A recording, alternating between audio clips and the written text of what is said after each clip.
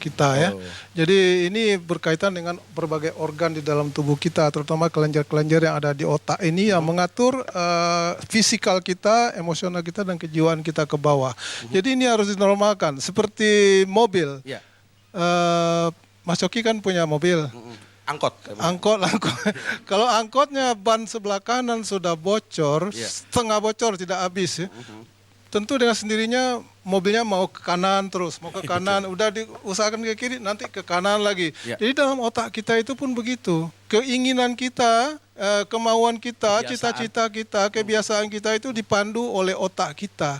Jadi kalau otak ini kurang sempurna normalnya, tentu dengan sendirinya hasilnya akan belok kiri belok kanan. Maaf, misalnya suka ngerumpi dah Ya. suka gosipin orang.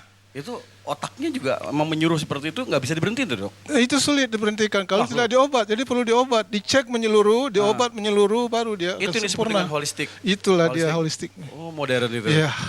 Oh, jadi misalnya ini menarik nih, misalnya kalau saya sering melakukan maksiat emang kelihatan gitu, Dok? Kelihatan. Ibu ada yang mau diperiksa nggak? Kelihatan. Oke, Dok, silakan. Ya, terima Ada kasih. pertanyaan berikutnya lagi? Karena waktu kita agak pendek ya, dia ringkas, Ibu. Silakan, Bunda. Bismillahirrahmanirrahim. Nama saya Ibu Rina Fauzia dari Majelis Ta'lim Nur Anisa BPI Pamulang.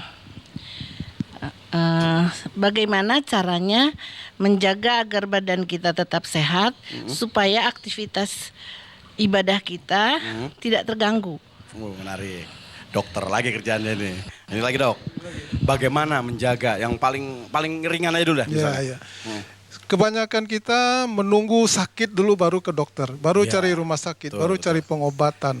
Sebaiknya bukan begitu. Untuk menyehatkan tubuh kita secara menyeluruh, dari waktu ke waktu kita tetap sehat, bisa beribadah, bisa beraktivitas lain sehari-hari, kita harus memeriksakan kesehatan sewaktu kita sehat. Jangan sewaktu sakit baru memeriksakan kesehatan. Ini yang sering kita lupakan. Periksalah kesehatan sewaktu kita lagi sehat. Kita merasa sehat, merasa fit, merasa tidak ada apa-apa, tapi sering kita dengar entah itu artis, entah itu pejabat, entah itu tetangga, entah itu anak sendiri, keluarga sendiri. Tahu-tahu besok sudah anjlok, mendadak meninggal, mendadak dibawa ke rumah sakit, masuk ICU, jantung, mendadak dibawa ke rumah sakit, langsung disuruh operasi, langsung disuruh potong ini, potong itu. Itu kenapa bisa terjadi?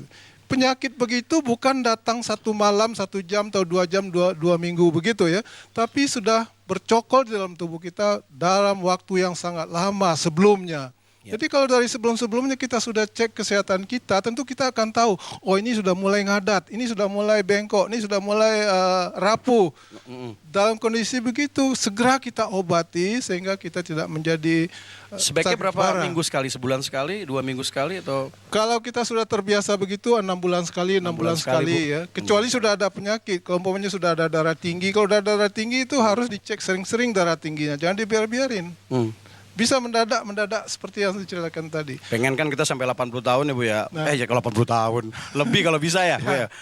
Umur rata-rata tadi yang kita inginkan supaya tinggi, supaya meningkat di negara kita. Dari masing-masing keluarga kita ini sudah harus tahu bagaimana kita membina kesehatan sendiri. Jangan menunggu sakit baru cari dokter. Ini kebanyakan kita. Itu kebiasaan lama. Kita sudah zaman reformasi. Mari kita reformasi juga diri kita. Selagi kita lagi sehat, kita periksakan kesehatan kita. Apakah memang betul sehat atau hanya rasa saja sehat? Nah ini harus kita perhatikan. Baik, Dok. Jangan kemana-mana di sini, Dok.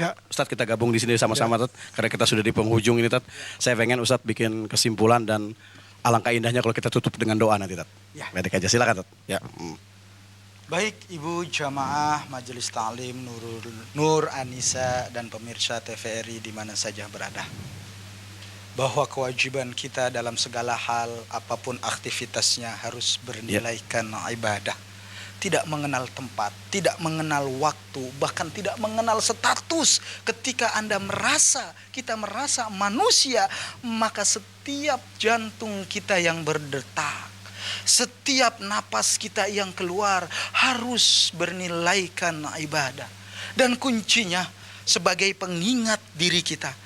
ketika kita mau melakukan sesuatu, tanyakan di dalam diri kita, apakah Allah redho atau tidak? Ketika kita mau berbuat, ini adalah pertanyaan untuk diri kita masing-masing.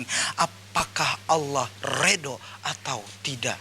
Ini saya kira kalau para koruptor yang ada di negara kita, ketika mau berbuat, dia ingat pertanyaan itu, apakah Allah redho atau tidak? Saya pikir nggak jadi itu.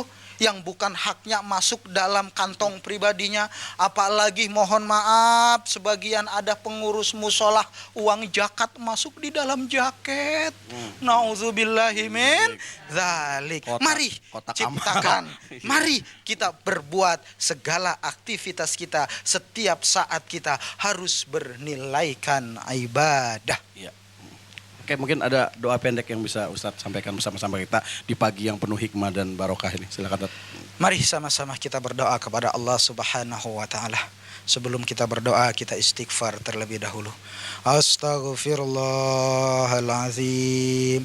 Astaghfirullahalazim. Astaghfirullahalazim min jami'il ma'asi wal dunub. Ya Allah, ya Rabbana, Engkaulah Tuhan kami yang senantiasa memberikan nikmat-nikmat kepada kami, ya Allah. Tuntunlah kami, ya Allah, agar senantiasa mampu dan bisa mensyukuri nikmat-nikmat-Mu yang diberikan kepada kami, ya Allah. Ya Rabbana, Engkaulah Zat yang maha mempermudah segala urusan. Maka mudahkanlah urusan kami, ya Allah. Mudahkanlah urusan keluarga kami, ya Allah. Mudahkanlah urusan anak-anak kami, ya Allah. Mudahkanlah urusan pekerjaan kami, ya Allah. Mudahkanlah urusan organisasi kami, ya Allah. Ya Rabbana, mudahkanlah urusan pemimpin-pemimpin kami, ya Allah. Ya Allah, mudahkanlah urusan para pemimpin-pemimpin bangsa kami, ya Allah.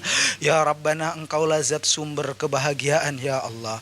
Maka berikanlah kebahagiaan kepada kami, ya Allah. Bahagia di dunia ini, ya Allah, maupun bahagia di akhirat kelak, ya Allah. Rabbana atina fid dunya hasanah wa fil akhirati hasanah wa qina azabannar. Subhana rabbika rabbil izzati amma yasifun. Wassalamun alal mursalin. Walhamdulillahi rabbil alamin. Amin, amin ya rabbal alamin. Terima kasih Pak Ustadz, terima kasih Pak Dokter. Sama-sama. Terima kasih bundaku semuanya, khususnya Bunda Yati, Bu Haja.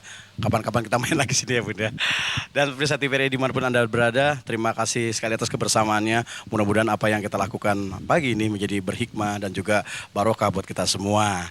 Dan kalau ingin sehat, segeralah berobat. Kalau ingin masuk surga, segeralah jangan tinggalkan sholat. Kita ketemu lagi minggu depan. Assalamualaikum warahmatullahi wabarakatuh.